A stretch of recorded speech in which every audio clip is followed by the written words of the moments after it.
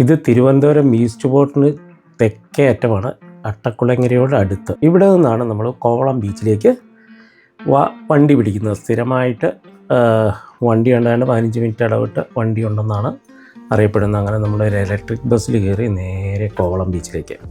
അപ്പം നമസ്കാരം, ഞാൻ വിനോദാണ്. വിരാടം വിനോദം ദ 60+ ഇൻസ്റ്റൻ്റെ പുതിയ കാഴ്ചകളിലേക്ക് സ്വാഗതം. കാഴ്ച ഇന്ന് കോവളത്താണ്. വളരെ ശാന്തമായിട്ട് കോവളം കാണാനായിട്ട് നമുക്ക് പോവാം. പതിയെ ഞങ്ങളുടെ ഒപ്പം നടന്നു പോവാം. ഞാനുണ്ട്, ഇന്ന് കൂടെ എൻ്റെ സുഹൃത്ത് ഈ രാജൻ മാഷുണ്ട്. ഞങ്ങൾ രണ്ടുപേരും കൂടെ തിരുവനന്തപുരത്തൊരു ഫംഗ്ഷന് വന്നപ്പോൾ കോവളം ഒന്ന് വിസിറ്റ് ചെയ്തേക്കാമെന്ന് വിചാരിച്ച് വന്നതാണ് കേട്ടോ. ഇത് പാലസ് ജംഗ്ഷനിൽ നിന്ന് കോവളം ബീച്ചിലേക്ക് ഇറങ്ങിപ്പോകുന്ന വഴിയാണ്.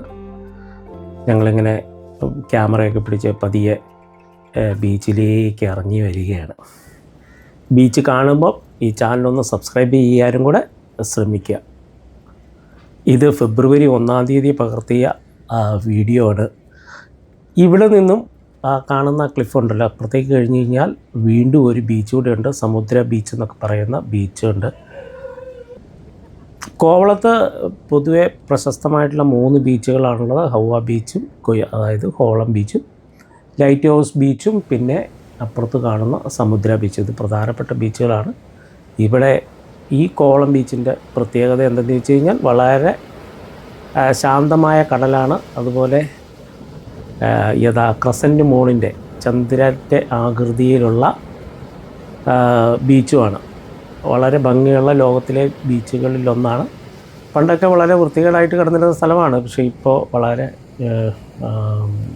താരതമ്യേന വൃത്തി ഉണ്ടെന്ന് വേണം പറയാൻ. എന്താ, മണലിൽ ഒരാൾ കാഴ്ചകളൊക്കെ കണ്ടിങ്ങനെ മണ്ണൊക്കെ മാന്തി കിടക്കുന്നത് നിങ്ങൾക്ക് കാണാം.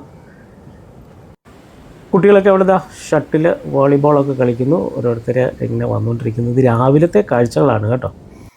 അപ്പോൾ ഞങ്ങളിങ്ങനെ കടലിൻ്റെ ഇരമ്പൽ കണ്ട് ആസ്വദിച്ച് പതിയെ ഇങ്ങനെ നടക്കുകയാണ്. ഞാനും പുറകെ വരുന്നത് രാജമാഷാണ്. കരിമണലുണ്ട്, കറുത്ത മണലുണ്ട്.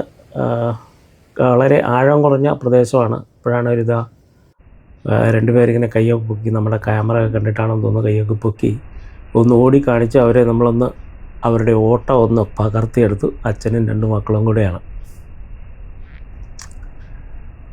രാവിലെ വന്നു കഴിഞ്ഞാൽ തിരക്ക് കുറവുണ്ടെന്നുള്ളൊരു വലിയ അഡ്വാൻറ്റേജ് കോവളം ബീച്ചിലുണ്ട്. വൈകുന്നേരം ആയി കഴിഞ്ഞാൽ ഇവിടെ വളരെയധികം തിരക്കായിരിക്കും. പക്ഷേ അപ്പോഴുള്ള കാഴ്ചകൾ വളരെ മനോഹരമാണ്. കാരണം കോവളം ബീച്ചിലെ അസ്തമയ കാഴ്ചകൾ വളരെ വളരെ മനോഹരമാണ്. തൊട്ടടുത്തെല്ലാം ഹോട്ടലുകളുണ്ട്. പല തരത്തിലുള്ള ഹോട്ടലുകൾ നമുക്കിവിടെ അവൈലബിൾ ആണ് കേട്ടോ. ആ ദൂരെ കാണുന്ന ആ കല്ല്, ആ പാറക്കൂട്ടത്തിന് പറയുന്നവർ ഇടക്കല്ലെന്നാണ്. അവിടെ നിന്ന് കഴിഞ്ഞാൽ നമുക്ക് 2 ബീച്ചുകളും അപ്പുറത്തും ഇപ്പുറത്തുമായിട്ട് നമുക്ക് കാണാനായിട്ട് സാധിക്കും. ഈ ഹോട്ടലിലൊക്കെ താമസക്കാരുണ്ട്.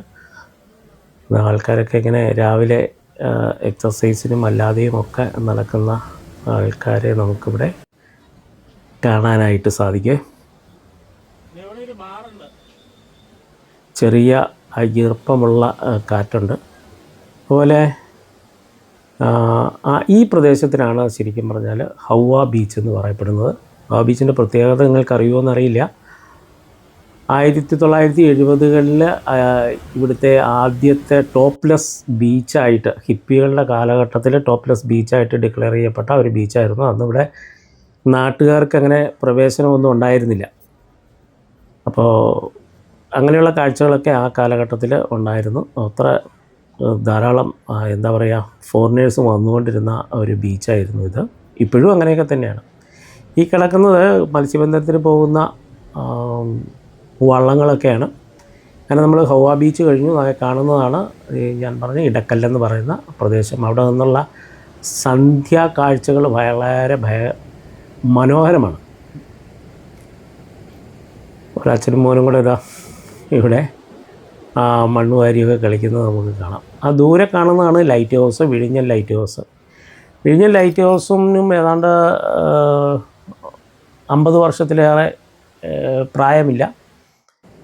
ആദ്യകാലത്തുണ്ടാക്കിയതാണ്. കാര്യം വിഴിഞ്ഞം പോർട്ട് ഒരു പ്രധാന പോർട്ടായിരുന്നെങ്കിലും അതിന് അന്നൊരു ലൈറ്റ് ഹൗസ് ഉണ്ടായിരുന്നില്ല. അങ്ങനെ 1970-കളിലാണ് ഈ ലൈറ്റ് ഹൗസ് ഇവിടെ നിർമ്മിച്ചത്. അപ്പോൾ 50 വർഷത്തിലേറെ പ്രായമുള്ളൂ കടലിൻ്റെ ആ തിരകൾ വരുന്ന എന്ത് മനോഹരമാണെന്ന് നോക്കിയാൽ നല്ല രസമാണ്. ഇതാ ഒരാൾ യോഗ ചെയ്യുന്നത് കാണാം. ഇത് ലൈഫ് ഗാർഡ്സ് അവർ ട്രെയിനിങ് ഒക്കെ കൊടുക്കുന്നത്, അതുപോലെ സ്കൂബ ഡ്രൈവേഴ്സൊക്കെ ഉണ്ട്. അങ്ങനെ ഇതാ നോക്കിയ ഒരു നായക്കുട്ടി ഒരു ടൂറിസ്റ്റുമായിട്ട് കളിക്കുന്നത് നമുക്ക് കാണാം. അവൻ മാറുന്നില്ല, അവർ തള്ളി മാറ്റുന്നുണ്ടെങ്കിലും എന്താണെങ്കിലും ഉപദ്രവിക്കുന്നില്ലല്ലോ. ഇവിടെയൊക്കെ നമുക്ക് കിടക്കാനുള്ള സൺബാത്ത് നടത്താനും ഒക്കെയുള്ള സൗകര്യങ്ങളുണ്ട്.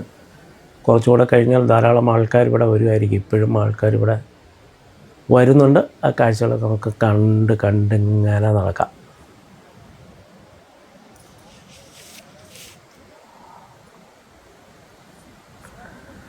ഇതാ ഒരാൾ എന്താ പറയുക, സാൻഡ് ബാത്ത് നടത്തും. നമ്മൾ കണ്ടതുപോലെ സൺ ബാത്ത് മാത്രമല്ല, ഇവിടെ സാൻഡ് ബാത്തും ഉണ്ട്. ഒരാളെ മണ്ണിൽ പുതപ്പിച്ചിടുന്നത് കാണാം. ഒരു ഫോറിൻ ടൂറിസ്റ്റ് വീഡിയോ എടുക്കുന്നത് നമുക്ക് കാണാം. കാണുന്നതാണ് ലൈറ്റ് ഹൗസ്. ഓക്കെ, വളരെ ആഴം കുറഞ്ഞ ഒരു പ്രദേശമാണ്, അപകടം തീരെ കുറഞ്ഞ ഒരു പ്രദേശവുമാണിത്. ഈ സൈഡിലൂടെ കോവളം ബീച്ച് റോഡാണ് കേട്ടോ. അതിലൂടെ നമുക്ക് നടന്ന് നമുക്ക് വിഴിഞ്ഞത്തേക്കല്ല, കോവളം ബീച്ചിൻ്റെ അങ്ങോളം ഇങ്ങോളം നമുക്ക് നടക്കാനായിട്ട് സാധിക്കും. ഇതാണ് ആ ബീച്ച് റോഡ്. ഇവിടെ സൈഡുകളിൽ ധാരാളം കടകളൊക്കെ ഉണ്ട്, ബാറ് ഒക്കെ എഴുതി വെച്ചിട്ടുണ്ട്. പക്ഷേ ഇന്ന് 1-ാം തീയതി ആയതുകൊണ്ട് ടൂറിസ്റ്റിനും മദ്യം, ബിയർ, ലിക്കർ ഉൾപ്പെടെ സപ്ലൈ ചെയ്യില്ല എന്നാണ് പറയുന്നത്. നമ്മുടെ ഡ്രൈ ഡേ ആണല്ലോ എല്ലാ 1-ാം തീയതി, അത് ടൂറിസ്റ്റുകൾക്കും ബാധകമാണ്. ഇത് മനോഹരമായൊരു കാഴ്ച നമ്മുടെ ലൈറ്റ് ഹൗസിൻ്റെ. ഒരു കാലത്ത്, അതായത് 2004 സുനാമിയിൽ ഇവിടെയൊക്കെ തകർന്നു പോയതായിരുന്നു കേട്ടോ. വീണ്ടും നിർമ്മിച്ച് എടുത്തതാണ്. 2004 സുനാമിയിൽ ഇവിടെ 2 ഭക്ഷണം കഴിക്കുന്ന ടൂറിസ്റ്റുകൾ, 2 പ്രതിഭാസങ്ങൾ ഇവിടെ നടന്നത്. 2 പ്രാവശ്യമായിട്ടാണ് ഇവിടെ സുനാമി അടിച്ചത്. അതുകൊണ്ട് തന്നെ ഇവിടുത്തെ മരണനിരക്ക് വളരെ കുറവുണ്ടായി. പക്ഷേ കെട്ടിടങ്ങൾക്കൊക്കെ ഏതാണ്ട് 300ഓളം വീടുകൾ വിഴിഞ്ഞത്തും ഈ പ്രദേശത്തും ഒക്കെ ആയിട്ട് തകർന്നു പോയി എന്നാണ് കണക്കുകൾ. ഈ ലൈറ്റ് ഹൗസ് ഇവിടെ നിന്ന് കാണുക എന്ന് പറഞ്ഞാൽ വളരെ മനോഹരമായ ഒരു കാഴ്ചയാണ്. ഈ ലൈറ്റ് ഹൗസിൻ്റെ താഴെ ഒരു ഹോട്ടലുമുണ്ട്. ആ ഹോട്ടലും കാണാനായിട്ട് ഓഷ്യൻ ആർക്കെന്നോ അങ്ങനെയാണ് അതിൻ്റെ പേര്. ആ ഹോട്ടലും കാണാനായിട്ട് വളരെ രസകരമാണ്. കാണാൻ നല്ല ഭംഗിയാണ്. അവിടെ നിന്നുള്ള കടലിൻ്റെ കാഴ്ചകൾ വളരെ മനോഹരമാണ്. ഈ പാറക്കെട്ടുകളും ഇതുമൊക്കെ.